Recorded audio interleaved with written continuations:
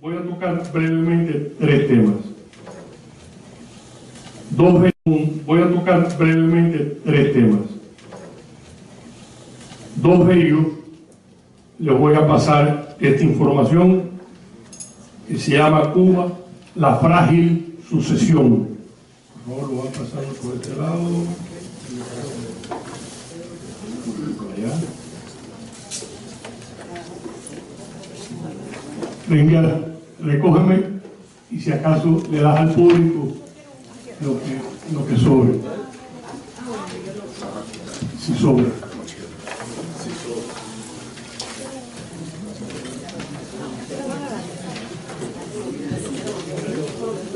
Y este otro es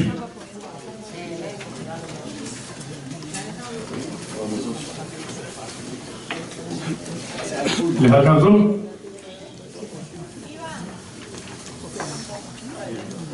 Este otro es un artículo que publicamos en el Nuevo Herald la semana pasada, que se titula "El general se quedó sin cash". Y quisiera que lo leyeran y que después lo comentáramos también. Esto es para terminar. Por favor.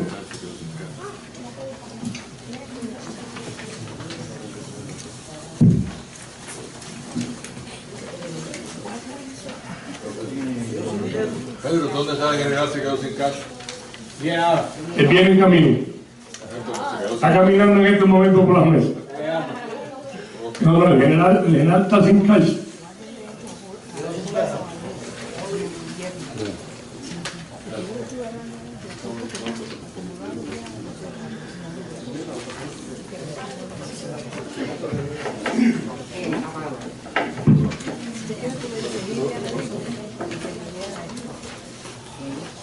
Muchas gracias.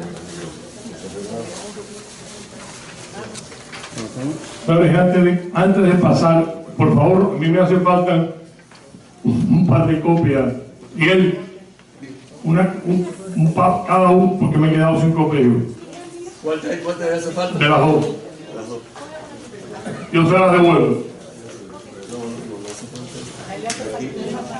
Pero esto fue publicado en el Herald. Eso, el general se quedó sin cash, se publicó la semana pasada. Porque de ahí lo puedo sacar y poner Lo pueden sacar, en el sí. portal.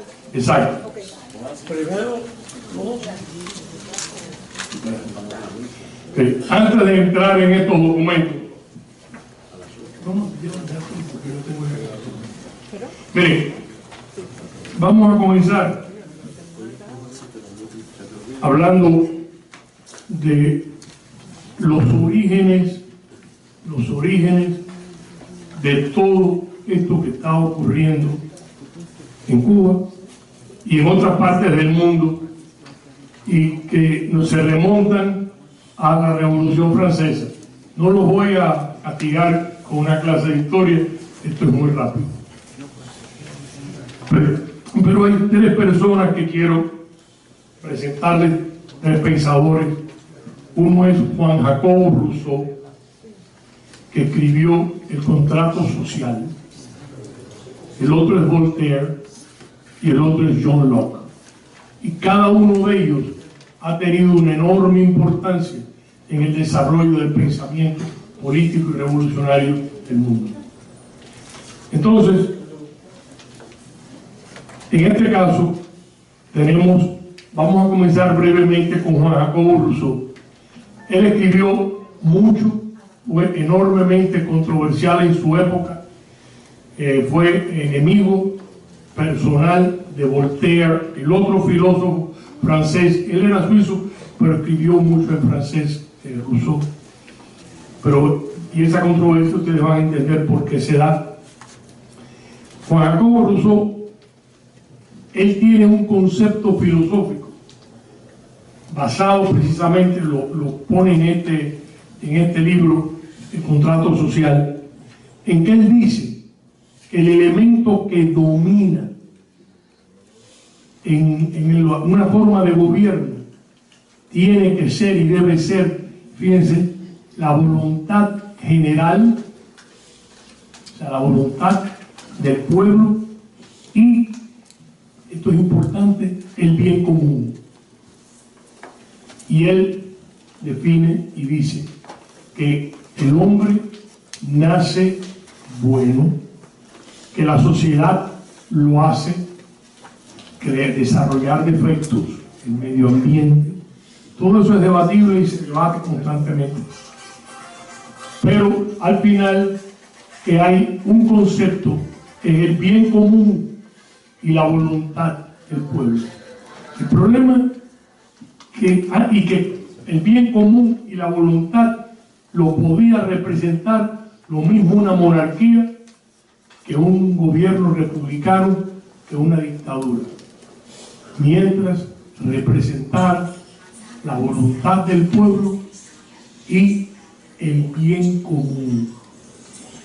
El bien común llega a ser un concepto que domina el pensamiento de Rousseau.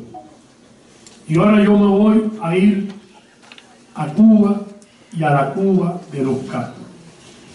Olvídense ahora del marxismo, porque el marxismo, Lenin y la Revolución Francesa tiene dos vertientes. La vertiente más radical, que es la vertiente jacobina, encabezada por Maximiliano Robespierre, y la vertiente girondina, en donde hay un grupo de revolucionarios menos conocidos. La más conocida es una mujer, Madame Roland, que cuando los jacobinos la juzgan y la mandan a matar, que ella sube muy valiente a la guillotina, al cadalso, y mira, en ese momento habían puesto una estatua de la libertad, y ella dice una famosa frase: libertad, libertad, ¿cuántos crímenes se cometen en tu nombre? Madame Roland era girondina, y muere, pero al mismo tiempo todos ellos, pero sobre todo el grupo jacobino, y esto de jacobino viene porque ellos originalmente se reúnen en una iglesia de agustinos, de curas agustinos, que este nombre tenía que ver con esta iglesia, y entonces le pusieron jacobinos. Hoy la calle donde está esa iglesia es una calle en París de donde están las boutiques más caras y más importantes de esa zona de París. O sea que poco tiene que ver esa calle de hoy con la revolución y con los grupos jacobinos. Pero fíjense, los jacobinos se asocian al concepto del bien común y al concepto de la voluntad general. ¿Cuál es el problema que tiene el bien común? Todos lo entendemos, todos queremos luchar por el bien de todos, pero ¿quién lo determina y quién lo aplica? Y entonces dicen, hay un grupo, una vanguardia de revolucionarios puros, que son los que recogen el concepto del bien común y de la voluntad popular y lo implementan. Y ya ustedes empiezan a imaginarse quiénes se pueden apropiar del concepto del bien común y de la voluntad popular. Yo represento la voluntad del pueblo, yo represento el bien común. Al mismo tiempo, dice Rousseau, que el ser humano tiene un sentido egoísta, y en el momento que tu interés personal, individual, yo quiero poner mi negocio, yo quiero trabajar para mí, en el momento que tu interés personal, tu ambición personal choca con el bien común, a ti hay que castigarte, porque estás incumpliendo con el contrato social que exige la voluntad y el bien común. empiezan ustedes a interpretar todo lo que estamos viviendo. O sea, hay un concepto superior que se remonta a esta época. Incluso Rousseau muere antes de que se inicie la Revolución Francesa, pero es de cierta manera el padre de este concepto. Al punto que, por ejemplo, Vladimir Lenin, cuando entra en el Kremlin, llevaba con él una estatua, o sea, un busto de Robespierre, porque Robespierre es el mejor exponente de este concepto de Rousseau, del bien común y de la voluntad general. Todo lo que choque con el bien común hay que castigarlo. Los jacobinos destruyen, a los primeros que destruyen son a los girondinos. Los girondinos estaban influenciados por la filosofía de otro importante pensador francés, Voltaire.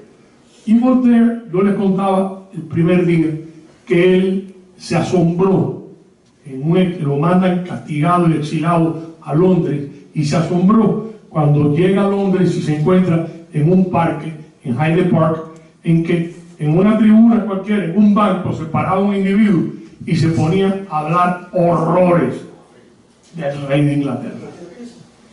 Y él se quedaba asombrado, esperando que vinieran a patear al individuo. No pasaba nada. Y llegaba el otro día, y ahí estaba el tipo. Y ahí estaba hablando horrores del rey de Inglaterra. Y no le pasaba nada. Y llegaba el otro día y seguía igual. Y de pronto, el que creía en esa libertad del individuo, aunque chocara con quien chocara, ese derecho de expresarse libremente, en ese momento él empieza a admirar el concepto de los derechos individuales, de los derechos del ciudadano a libremente poder disentir incluso de la mayoría. La mayoría piensa A, yo pienso B, y yo tengo el derecho a pararme en un banco a decir, yo creo en esto. Ese concepto es el concepto del derecho individual que Voltaire recoge de los ingleses y lo lleva a Francia y escribió. Voltaire fue un monstruo, escribió más de 20.000 cartas, más de 2.000 libros y folletos. Era uno de los hombres más geniales que han existido.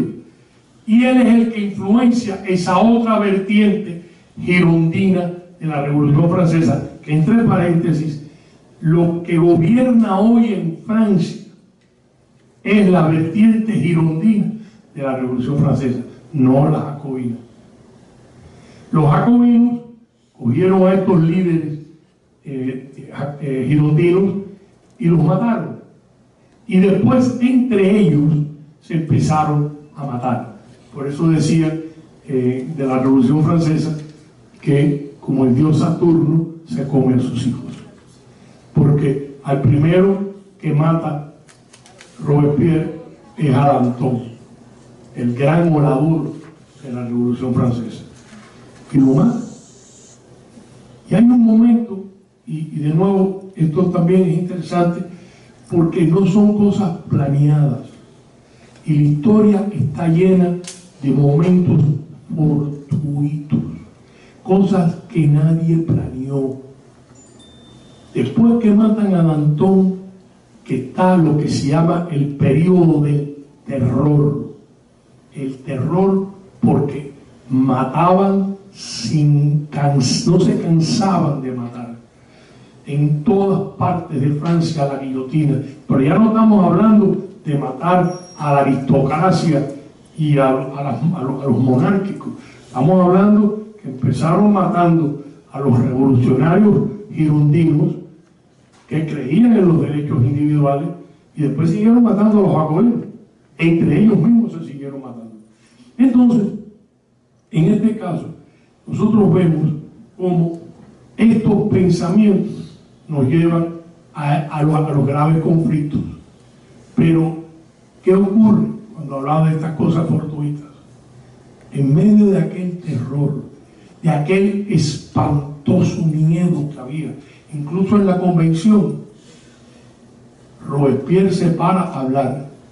Y esto que le digo ahora, nadie lo planeó. Un individuo que había sido amigo de Danton. Dicen los que lo conocían que se había vuelto medio loco, que estaba aterrorizado, pero se puso de pie y sin que nadie le dijo, empezó a dar gritos: Robespierre, asesino. Aquello fue una conmoción. Robespierre lo miró, pero otro por allá, impulsado por probablemente muerto de miedo también, se paró y gritó: asesino. Y a los 5 minutos, la mitad de la convención estaba gritando: Robespierre, asesino. Nadie lo planeó. La historia está escrita con elementos como este, que son explosiones que surgen cuando nadie menos se lo espera y se lo imagina. Guarden esto aquí en el hipotálamo. Al mismo tiempo, decíamos que hay otro importantísimo filósofo, y yo quiero que después ustedes con calma lo busquen ustedes en su computadora, que se llama John Locke, L-O-C-K-E, John Locke. Y John Locke dice algo tremendamente, dice, porque todo esto son discusiones filosóficas, pero él dice, para el conocimiento, el elemento de la percepción de cada uno de nosotros sobre lo mismo que estamos viendo, cada uno de ustedes está teniendo una experiencia única. Cada uno de ustedes está procesando lo que yo estoy hablando de acuerdo con sus experiencias previas y la están adaptando a sus conocimientos, pero no tienen que ser iguales. Ustedes después se van a conversar y cada uno lo interpretó de acuerdo con su experiencia, su vida, sus lecturas, cosas que le han pasado a cada uno, que es diferente. Pero él dice que la percepción es importantísima en el desarrollo del conocimiento. Y a él se le conoce, a John Locke, como el padre del liberalismo moderno. Él creía que el ser humano tenía derecho a sus libertades individuales, sobre todo el derecho que tienen las minorías a llegar a ser, discutiendo, conversando, analizando, llegar a ser mayoría. Pero el derecho a que se les escuche, esa cuestión que tenemos nosotros, en que hay un grupo de individuos que se han abrogado el derecho de ser los representantes de la soberanía del pueblo, porque lo decidieron ellos, porque ellos no han sido electos por nadie, pero ellos se basan en este principio: nosotros somos los representantes del bien común, nosotros somos los representantes de la voluntad del pueblo, y lo decidieron, y ahí están. Por eso se dice que este pensamiento de Rousseau es caldo de cultivo de monstruosas dictaduras, porque muchos se montan en este principio filosófico para desarrollar su poder personal, y lo hacen con un filósofo dándole la bendición: tú representas la soberanía del pueblo y representas el bien común. Y el que se oponga al concepto del bien común con su egoísmo individual, yo quiero tener esta otra cosa y lo quiero tener por mis propios derechos, en ese momento, si yo choco con el bien común como lo ve el jefe, me tienen que castigar, porque yo estoy atacando y rompiendo el concepto del bien común. También Locke creía, y ya termino con esto, en otros dos principios que son importantísimos en el mundo moderno: la propiedad privada, el derecho que tiene el individuo a disfrutar del esfuerzo de su trabajo, y al otro elemento del mercado, la oferta y la demanda. Es la que controla lo que se produce y controla los precios. Eso no lo controla el jefe, lo controla la necesidad que hay, e incluso hay ocasiones en que hay descubrimientos, aparecen cosas nuevas que crean una demanda, y al crear la demanda crea la producción, y eso ningún jefe lo determina. Por eso el marxismo ha sido un total y completo fracaso. No ha tenido éxito en ninguna parte del planeta, porque los chinos hace rato enterraron el marxismo. Y yo recuerdo cuando en 1985 Radio Pekín, con esa magia que tiene esa filosofía antiquísima, milenaria de los chinos, dijo: queremos informarle al mundo que nosotros hemos decidido y hemos encontrado el socialismo chino.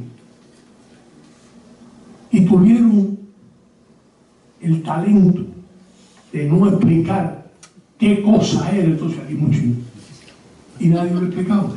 Bueno, los chinos jamás han explicado qué cosa es el socialismo chino, y ahí lo tienen.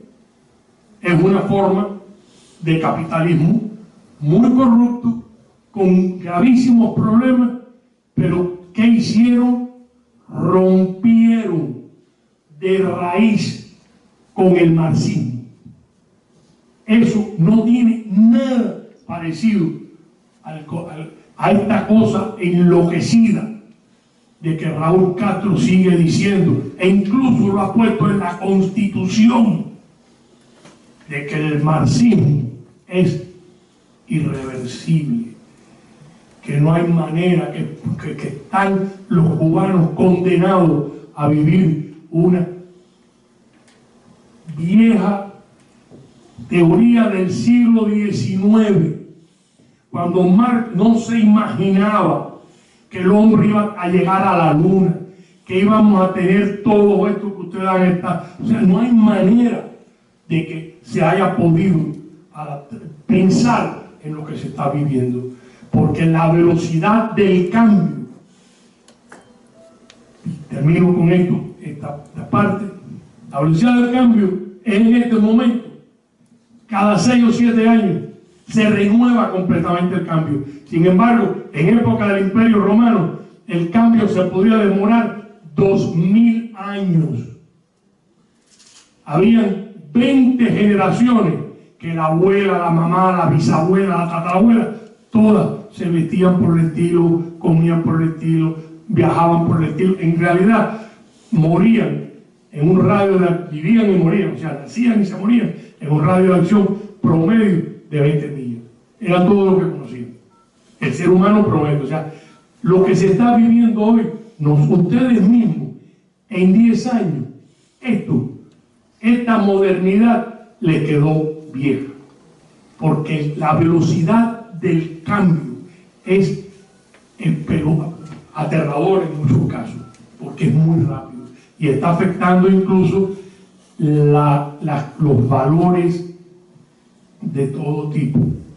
Todo está, o sea, estamos entrando en una etapa que eso es otra conversación, y yo mismo todavía hay muchas cosas que no entiendo, pero sé que estamos entrando en esa etapa.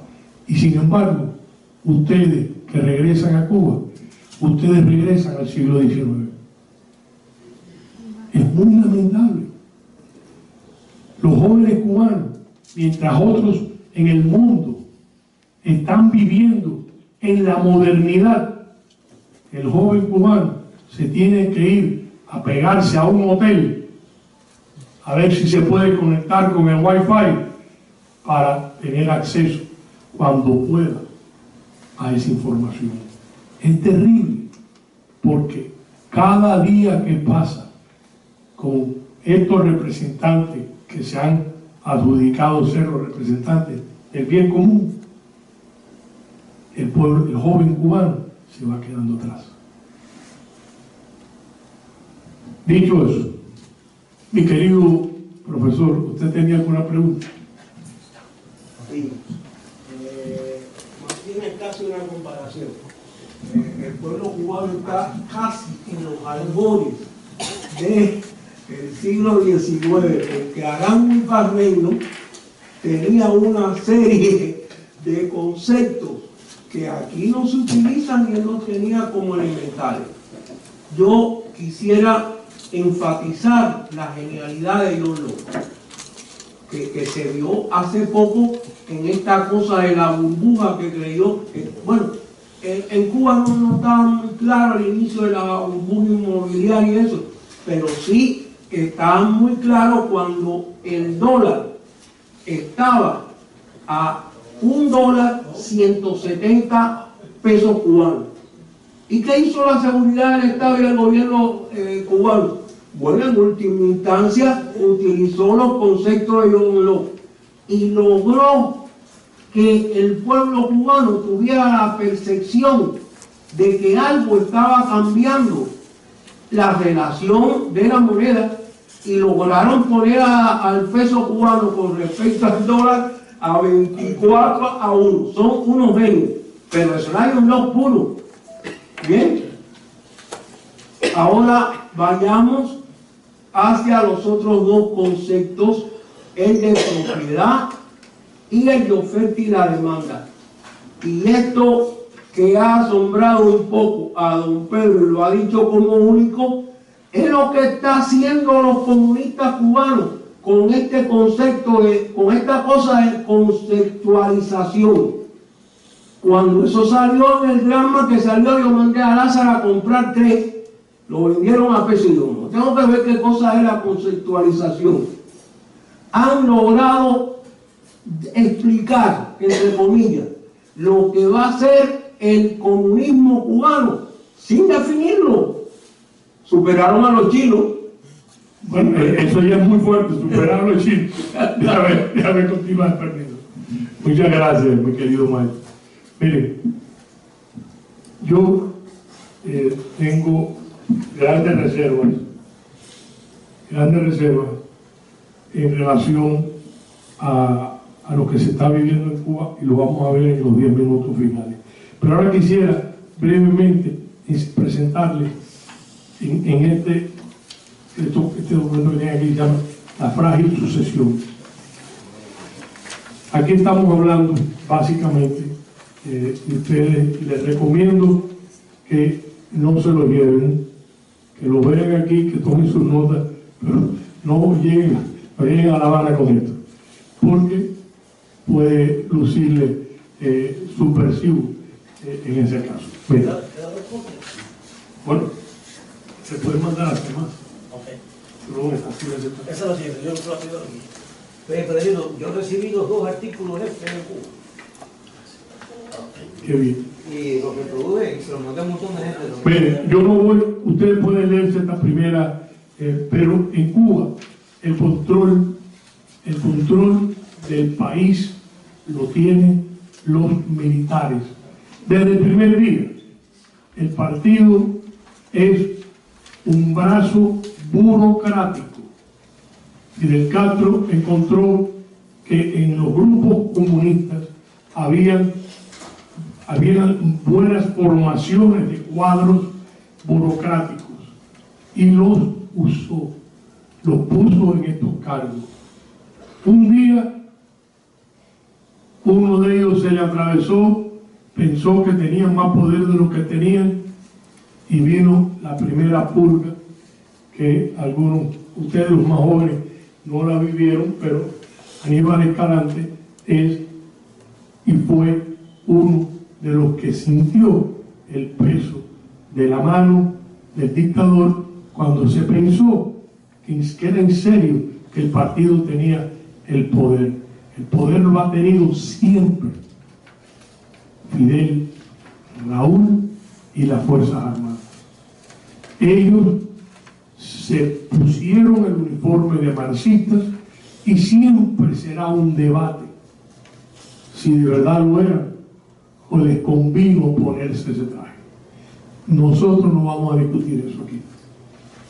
Ese debate lo tendrán ustedes en el futuro. Pero el hecho es de que el poder real, ¿dónde ha estado siempre?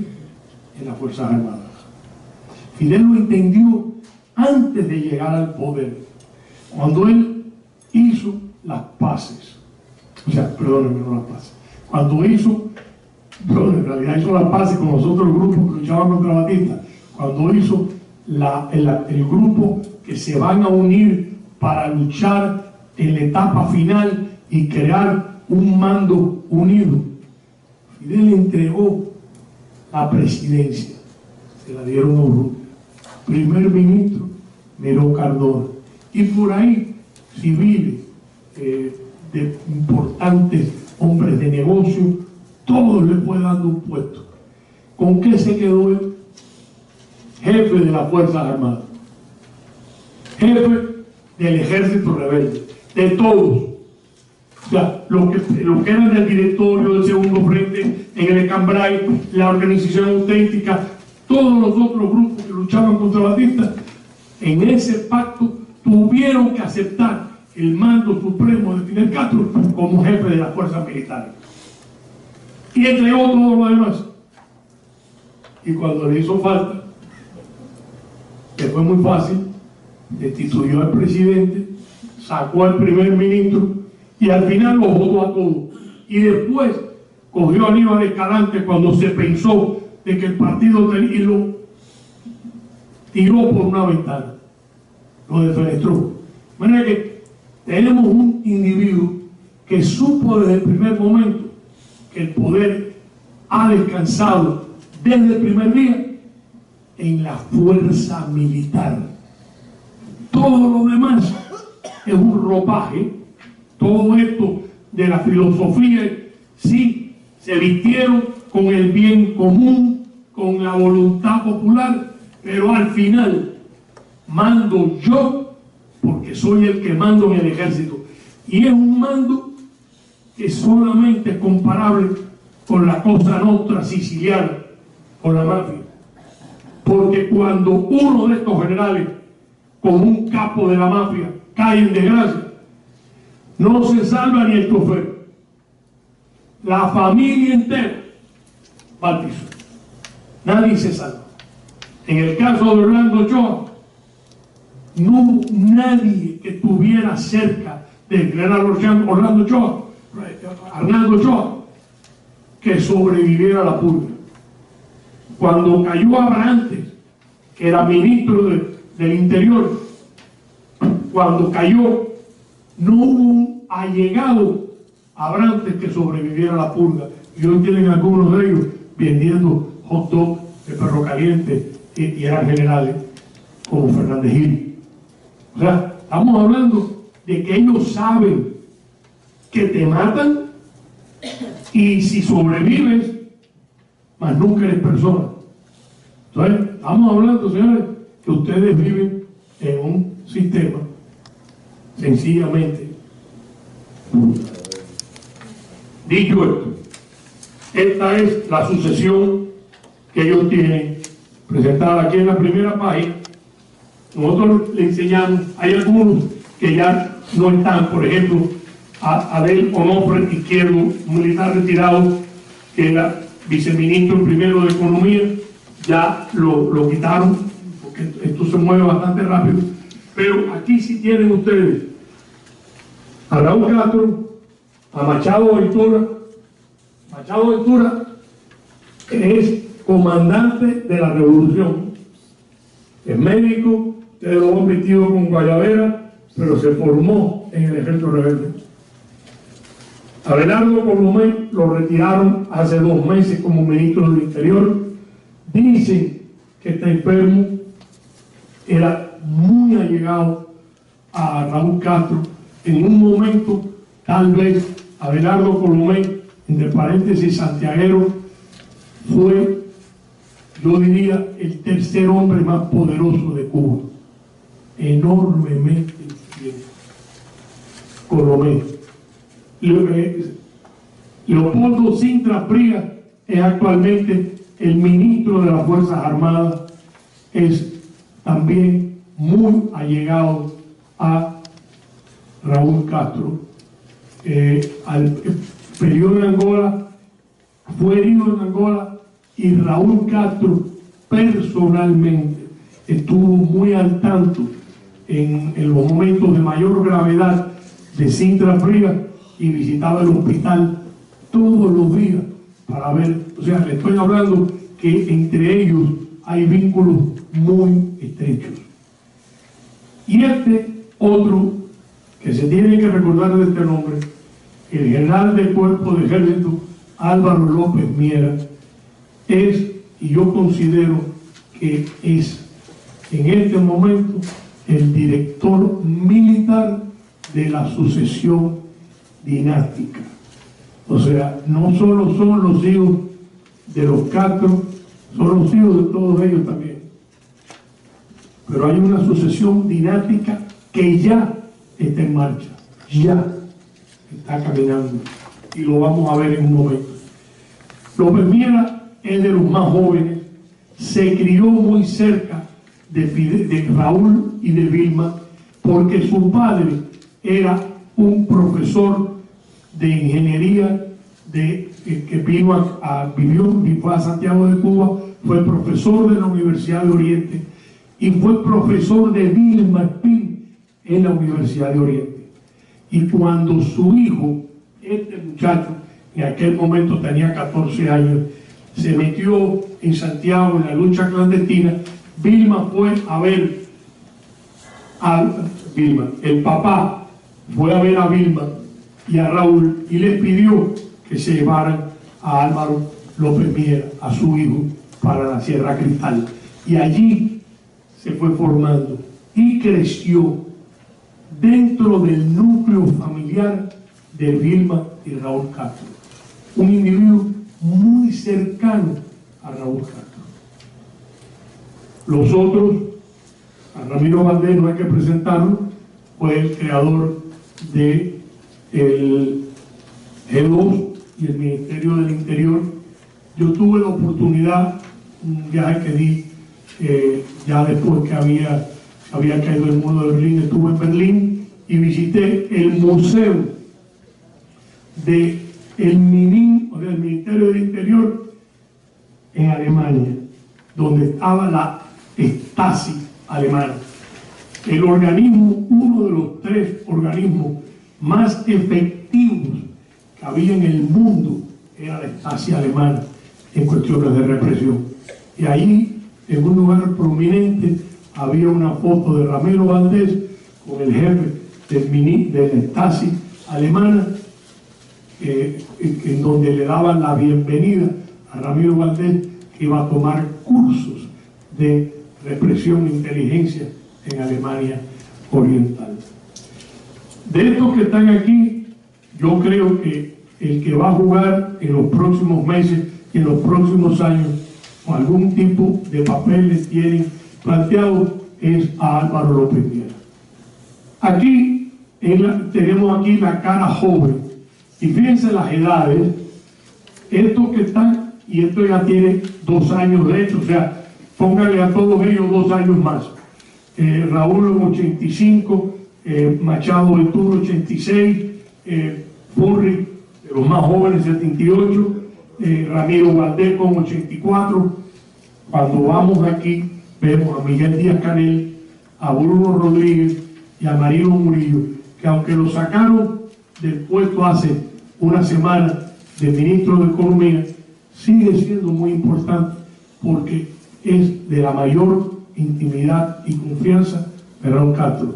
No crean eso de que lo eliminaron, es y sigue siendo el jefe de la planificación.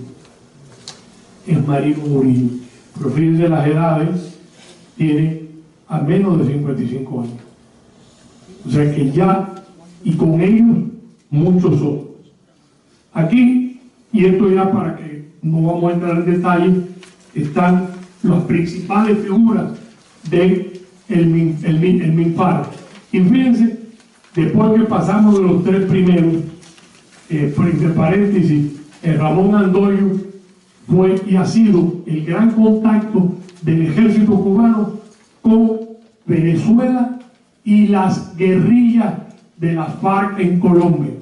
En varias ocasiones, Ramón Andoyo había, entrando por la frontera de Venezuela, ha estado trabajando con la narcoguerrilla de Colombia, la FARC y el MLN. Pero fíjense los otros tres: el general Luciano Morales, Raúl Rodríguez y Onelio Aguilera. Fíjense las edades: 68, 61. Raúl Rodríguez Lobaina está como por los 63.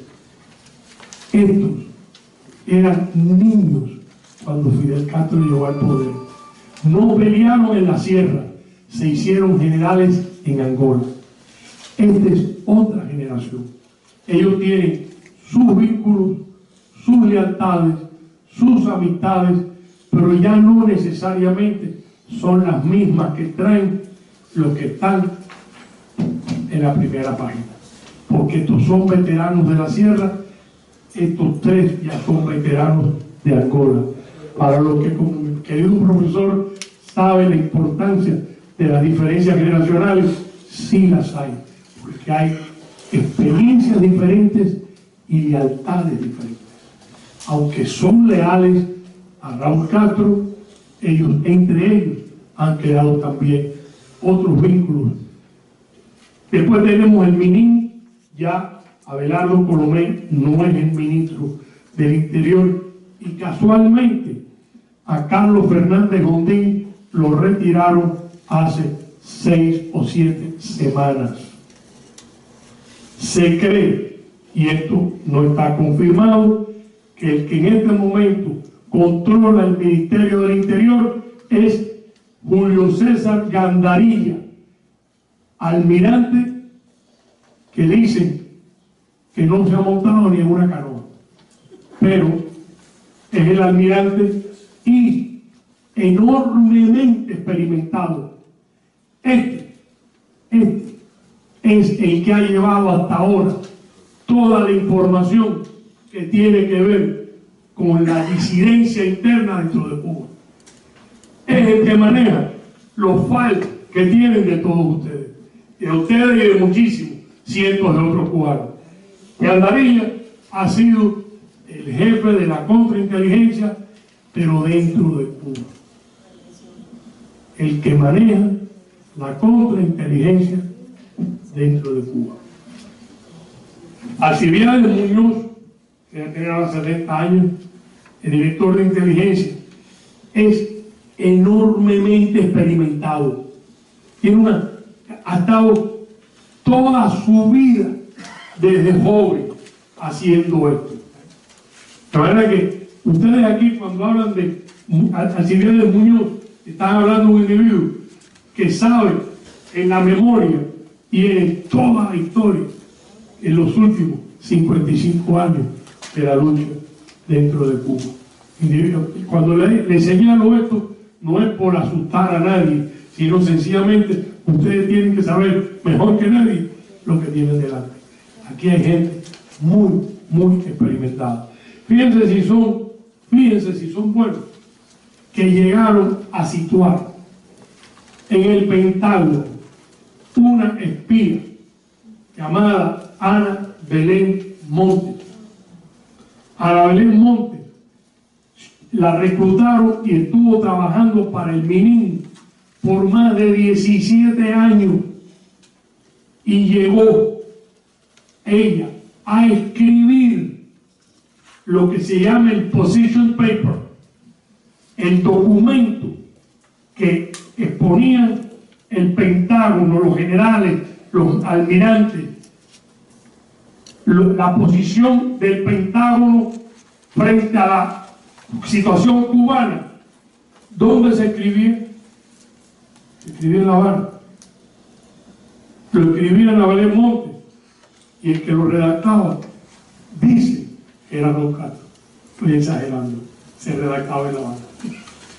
Y lo escribía una espía que llegó a alcanzar los más altos niveles. Ella tenía acceso a secretos, lo que llaman top secret, los niveles más altos de secreto. Ana Belén Montes en su computadora podía entrar a secretos, incluso que no tenían que ver con Cuba. Por ejemplo, y Castro, una de las cosas que hacía era vender información. Castro sabía y le informó a Saddam Hussein unas horas antes del ataque de Tormenta del Desierto. ¿Y cómo lo sabía? A través de Ana Belén Montes, que tenía acceso en su computadora a esa información. De manera que estamos hablando, cuando hablamos de esta gente, estamos hablando de que son muy buenos y de lo que hacen. Se considera la inteligencia cubana entre las 6 o 7 mejores del mundo. Entre paréntesis, señores, no sé, esto se está acabando, pero esto ahora vamos a llegar al final. Y aquí ustedes tienen la herencia de privilegios. Este segundo que está aquí, que aparece aquí, general de brigada Luis Alberto Rodríguez López Calleja. Este es el zar de la economía cubana. Este es el individuo más importante que hay en la economía cubana. Es el director de Gaesa. Gaesa es una especie de supercorporación, lo que llaman un holding company, que es dueña de muchas otras corporaciones. Gaesa controla hoy todas las operaciones turísticas de los principales hoteles de Cuba. Todas. Los mejores restaurantes. Todas las cuestiones con las líneas aéreas. Tienen en el mundo restaurantes, por ejemplo, en Praga, en Pekín, en muchísimos lugares. Hay la bodeguita del medio. Son restaurantes que están en todo el mundo. Los controla Luis Alberto Rodríguez López Calleja con Gaesa y distintas corporaciones. Hasta joyería tienen por el mundo. Ustedes no se pueden, de todo. ¿Y quién es este muchacho? Este muchacho no solo es yerno, o sea, está casado con Débora Castro Espín, la hija mayor. Hay quien habla de que hay problemas en el matrimonio.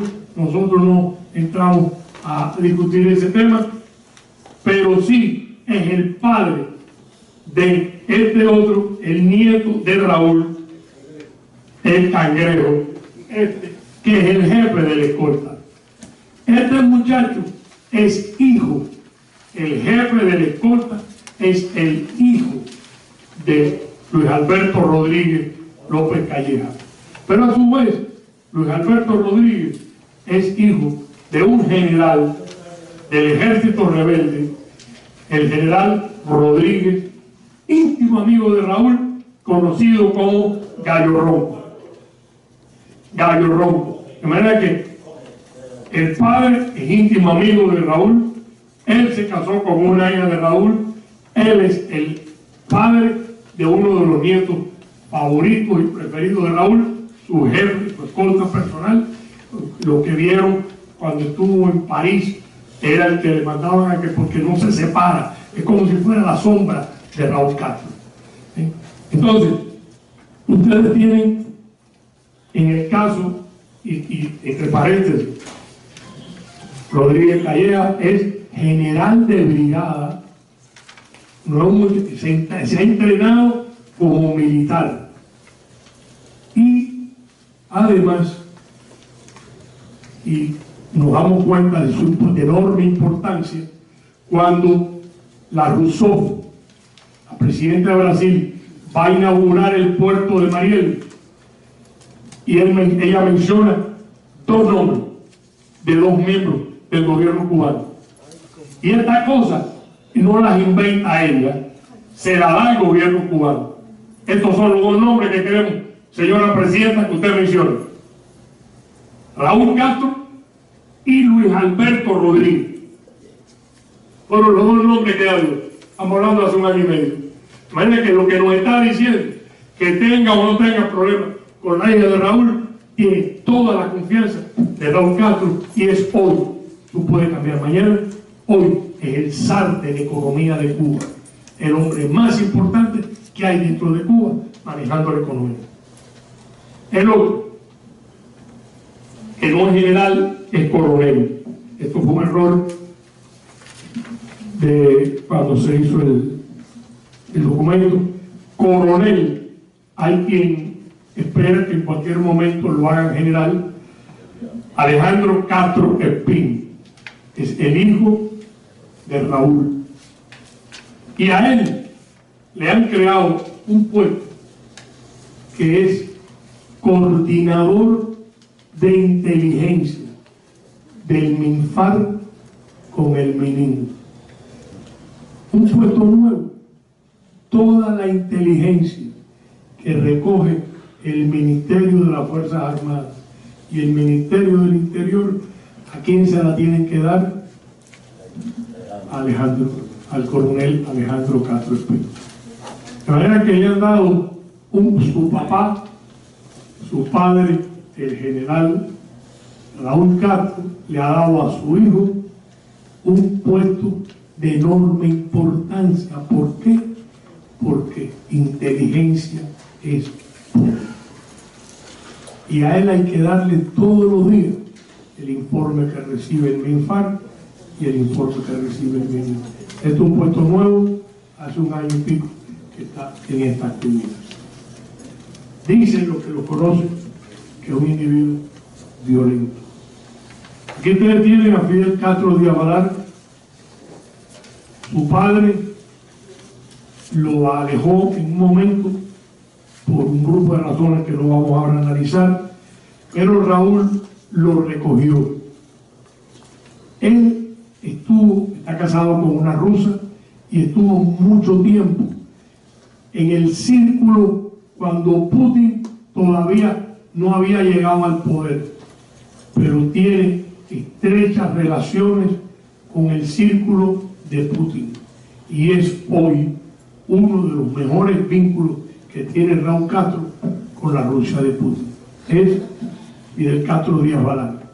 No tiene ningún puesto específico, pero el viaje de Putin a Cuba hace un año, ese viaje lo negoció Fidel Castro Díaz Balart. Los otros que ustedes ven aquí son importantes, pero básicamente por la edad. Fíjense que, por ejemplo, el ministro de Comunicaciones es general, entre paréntesis. Fíjense que aquí todos son generales o coroneles. Maymil Mesa tiene 52 años, ministro de Comunicaciones. Bueno, ahora tendrá un poquito más, ¿no?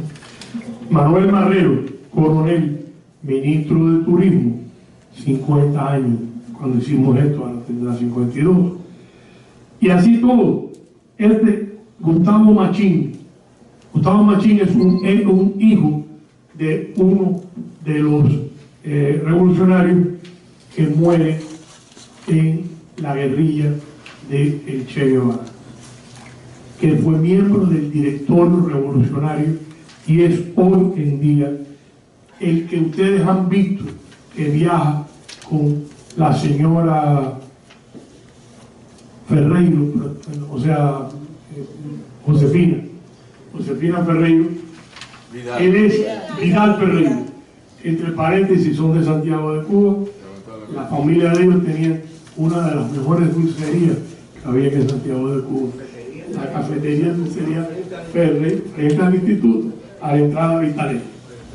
Bueno, él es el que viaja con ella y ha estado constantemente viajando a Washington. Tiene un puesto muy importante dentro del Ministerio de Relaciones Exteriores, E igual que Josefina Vidal, que es una mujer joven, ya estamos viendo cómo están colocando para la sucesión. Y aquí terminamos con esta foto que para mí es interesantísima, que vemos a Raúl con su nieto, el hijo de obra, con Luis Alberto Rodríguez López Calleja, y es dicen que es uno de los nietos preferidos de Don Carlos. Ok, ¿alguna pregunta hasta aquí? Porque ya estamos terminando. ¿Podemos poner esto en el portal digital de la Fundación? Claro. Eso María lo tiene y te lo mandan directamente. Don Pedro, yo quisiera hacer algunas precisiones muy rápidas. Por favor. Eso es lo que Sí. En primer lugar, bueno, yo fui profesor de Delfín, del consejero del Delfín. ¿Por qué? Porque la gente me da mucha propaganda en Cuba. ¿A quién se considera el Delfín? ¿A quién? A Alejandro Castro Espín. Él es ingeniero. ¿Pero quién le dice el Delfín? Porque yo no he hablado del Delfín. Bueno, eso es entre... Es lo que se comenta en Cuba, ¿qué quiere decir? No, no es lo que se comenta en Cuba, es lo que se comenta entre un grupo de personas en Cuba. Por ejemplo, yo. Entonces, Alejandro... Perdóname, yo quería aclarar eso, porque yo he sido cuidadoso de no mencionar a nadie como heredero, porque eso es uno de los grandes misterios que tenemos por delante. No hay que probar nada, don Pedro. ¿A quién llevó Raúl cuando fue a Obama? ¿Ya llevó a los Piñera? Llevó a Alejandro. ¿Bien? ¿Quién fue con Raúl? Fue Alejandro, no fue López Miera. Aparte, usted ha descrito muy bien el poder actual de Alejandro. Bueno, aquí en Miami es peligroso decirse de estas cosas porque la gente buena. A mí me cogieron, aquí no es peligroso. a mí me cogieron para darle clase a Alejandro Castro Espín de refrigeración. Bueno, yo trabajaba en la empresa, aparte la Pujae me alquilaba y reparaba barcos, he estado en Canarias, en el Congo, con mi trabajo, como ingeniero. Reparaba los coches automotores Fiat, el sistema de enfriamiento. Me reía los otros días cuando Santiago mandó dos técnicos ahí, que bueno, mejor no hablar de eso. Pero yo fui profesor de él 6 meses, le daba botellas en mi carro. Bien, él vive frente al cementerio de los chinos y yo asesoraba al empresa de locomotora de Occidente. Me hacía camino, pero bueno, lo llevaba hasta su casa. Pero le voy a aclarar lo que usted dice que es el poder que él tiene. Hay algo más. Está la Contralora de la República, que es la que le debe pasar la cuenta, que esté metiendo la mano, que son muchísimos. Bien, pero usted se imagina a esa señora frágil que la puso Raúl y le dio todo el poder del mundo, metiéndole miedo a alguno de los supertiburones que hay ahí. ¿Y qué hizo Raúl? Puso a Alejandro, que es el que parte las patas, porque la Contralora dice, no, fulano está robando. Pero ¿quién que no tenga ese poder puede llegar a acusar al hombre? Alejandro tiene un poder tremendo. Y hay una parte que tal vez usted no sepa. Lo mandaron a pasar un curso de eso mismo y vino un soviético y vino. Otra prueba más de que lo están preparando como Delfín. Y son libros. Bien, yo me leí el libro. No es gran cosa. Pero bueno, lo están preparando. Eso se usa aquí en los Estados Unidos también cuando quieren preparar. Está el perfil de coraje ese de Kennedy. Cuando lo van preparando va a ser un libro. Y eso es el libro. Pero en mi opinión, no es López Miera el Delfín. Esa es una familia cerrada. Yo siento mucho cuando menciono a López Miera, que alguien haya, en este caso, usted, mi querido profesor, pensado que yo pienso que va a ser el sucesor. No, yo estoy hablando, cuando hablo de López Miera, es el papel del ejército en el proceso de la sucesión, no él como jefe de Cuba, el papel de López Miera, porque pertenece precisamente al círculo íntimo de la familia de Raúl Castro. Por eso le fue indicando cómo llega del brazo de Vilma y de Raúl a donde llega, con 14 años, y es en este momento el jefe del Estado Mayor. En ningún momento he querido, y si me expresé mal, pues sencillamente les pido excusa. Estoy hablando y del poder de este muchacho, Alejandro. He dicho que le han dado una posición de enorme poder, pero como el tiempo es un tirano y tenemos que seguirnos moviendo, lo quiero dejar en sí. Es más, a él lo llevaron y fue a Grecia, y en Grecia, y esto ya no es la parte, en Grecia dio el discurso de aprobación y abrazo al primer ministro marxista de Grecia hoy, socialista, y el que mandaron fue Alejandro, y parecía una caricatura de Fidel Castro, hablando con ese tono y esa arrogancia, etc. Y dicen los que lo conocen que Fidel Castro le ha tenido por muchos años mucho apego a Alejandro. Fidel Castro, independiente de su padre, y que constantemente lo mandaba a buscar para hablar con él, y al mismo tiempo lo entrenaron, igual que usted, mi querido maestro, fue profesor de él, lo entrenaron con los mejores maestros que le pudieron buscar a Alejandro. Decisión no de Raúl, sino de Fidel, es la información que yo tengo. La verdad que esto que estamos hablando, le he dado más información, pero en fin de cuentas la idea es de que en este momento tiene un papel importantísimo. No he querido señalar a nadie porque más importante, o sea, más poder real tiene Polo Sintra, que es ministro al que López Miera. Lo que tiene López Miera es que viene de la cantera de la familia de Raúl. Eso es lo que he querido destacar. Una cosa que el papel del ejército no está tan claro cuando ellos me mandan a cada ratito para discutir y ese problema del señor no son en lo absoluto dogmáticos, al menos en lo que a mí me mandan. Y me dicen que el poder... Perdóname, yo coincido contigo en eso. El ejército cubano, y es a lo que vamos a hablar ahora, el ejército cubano de hoy no es ni primo del ejército de hace 25 años. Estamos de acuerdo. Vale la aclaración. Miren, esto último para terminar. Fíjense, esto y ya son, espero poderlo terminar en 10 minutos. Miren, este artículo, aquí lo que trato es de explicar que nunca la revolución cubana ha tenido un momento más frágil que el momento que están viviendo ahora. Nunca antes. ¿Por qué? Porque la economía cubana es un parásito, que como un parásito, cuando la persona abre la boca y traga, el parásito abre la boca y se come lo que se tragó el ser humano.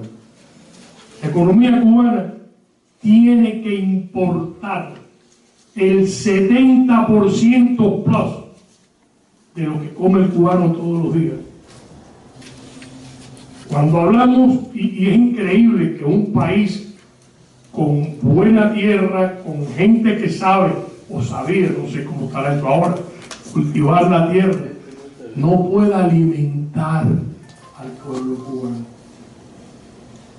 Al mismo tiempo, tiene que comprar y le cuesta más de $2.000 millones al año lo que le compran para que ustedes puedan comer, lo que pueden encontrar.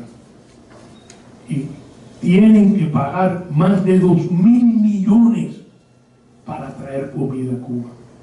Eso es independiente de que Vietnam lo dan al arroz muy barato, Indonesia manda también arroz muy barato, pero a pesar de todo eso, cuando hablamos de la caída de la ayuda de Venezuela, últimamente se ha mezclado y se ha confundido la ayuda de Venezuela, porque han puesto el petróleo como el elemento mayor, vital, fundamental.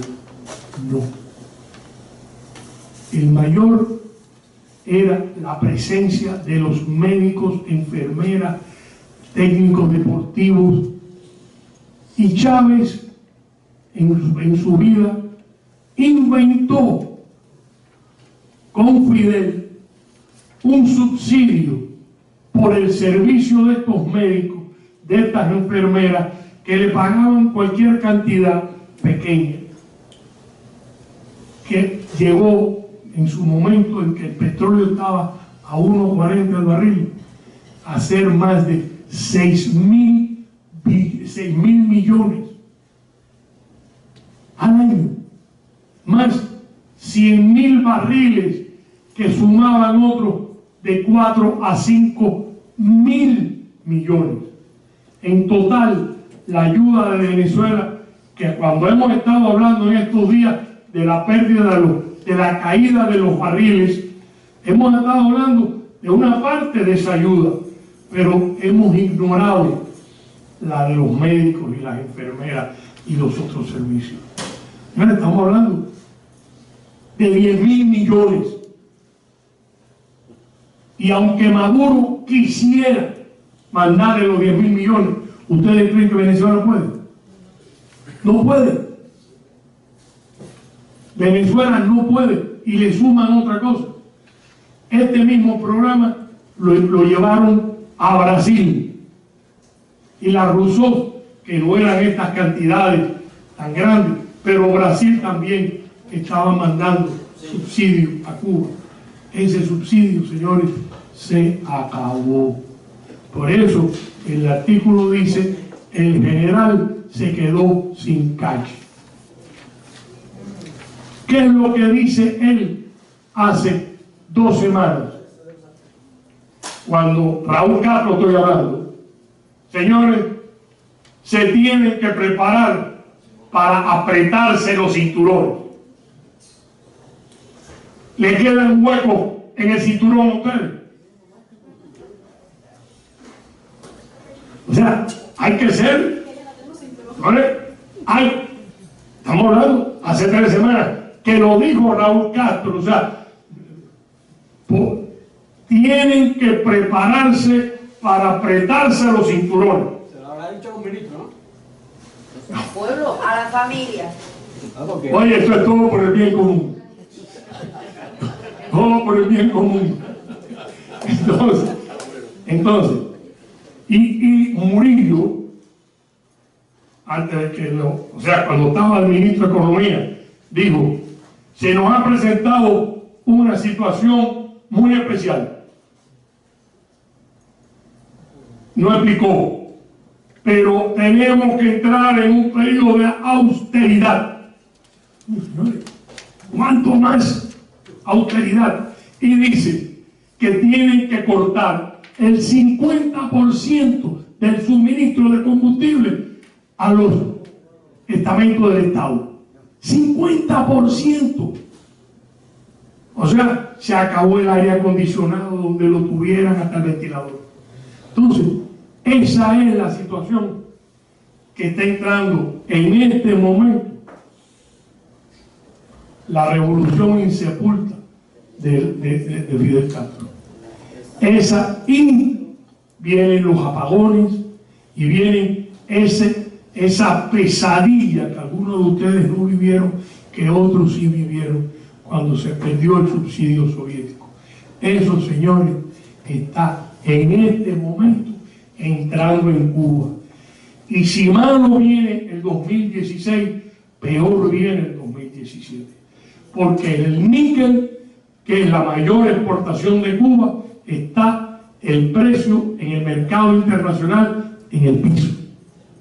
De manera que, ¿qué es lo que le queda?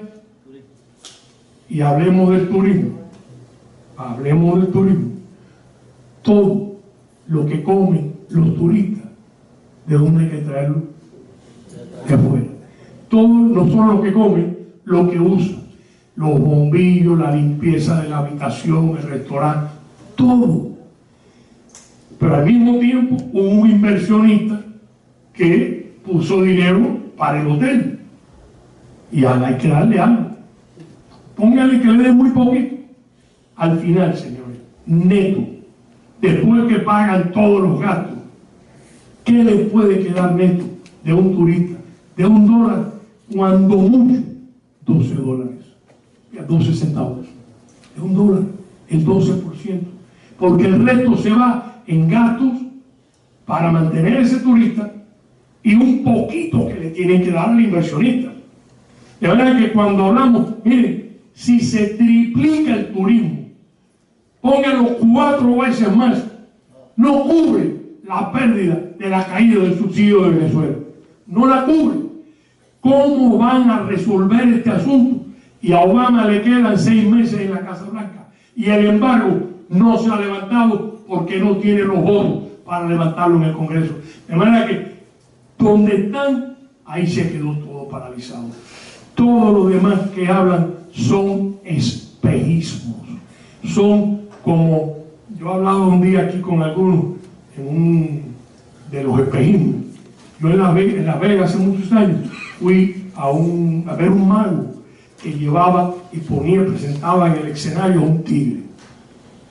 Y usted veía el tigre ahí. De pronto el tipo echaba un humo y apareció un tigre en el escenario. Y el tigre caminaba y se movía. Y después tiraba otro humo y se desaparecía el tigre. Entonces yo, ¿por dónde metieron al tigre? No había un hueco, no había nada. Eran espejos. El tigre estaba atrás y con las computadoras pero el tigre lo veía la pata del tigre, el bigote del tigre, al tigre lo veía completo, el rabo, todo. Y el tigre no estaba ahí. Ahora están vendiendo al tigre con espejos. Eso es lo que se está haciendo en Cuba. La situación se va a poner peor. Ahora este 26 de julio, dentro de unos pocos días, Raúl Castro va a decir, y ya yo no he leído el discurso, pero se lo puedo adelantar, estamos preparados para cualquier contingencia, no va a haber problemas, no estamos entrando. Sí, señores, están entrando en un segundo periodo especial. No hay manera, Cuba no tiene forma, porque además todo lo que sea concepto ideológico se acabó en el mundo. Aquí no hay nadie que ayude a nadie fuera de Chávez, que tenía a Fidel Castro como un dios. Se acabó. Y quiero decirles que si algo se tienen que preparar es para una situación en que pudiera acelerarse. Bueno, no lo voy a decir porque no quiero que digan que aquí estuvimos hablando de cosas violentas, pero la situación de Cuba es muy difícil para el régimen. Nunca antes ha sido más frágil que hoy. Y esa es la Cuba a la que ustedes regresan. Muchos problemas, pero nadie, porque mi querido maestro dejó algo importante. Este ejército no es ideológico. Estos muchachos que tienen 30 años nacieron con el periodo especial anterior y no creen ni en marxismo, ni en el bien común, Miren, nada de esas cosas. Y estos son unos viejos horrorosos que viven en el Parque Jurásico, que lo que han hecho es arruinar a Cuba. De manera que va a ser muy difícil controlarlo. Y la juventud cubana, donde yo la veo con mayor fuerza expresándose, es con las guitarras en las manos. Cuando van por los parques de Cuba, en toda Cuba. Y estos muchachos cogen su guitarra y dicen, y la palabra es más fuerte que la que yo voy a decir, esta porquería tiene nombre y apellido y se llama Fidel y Raúl Castro.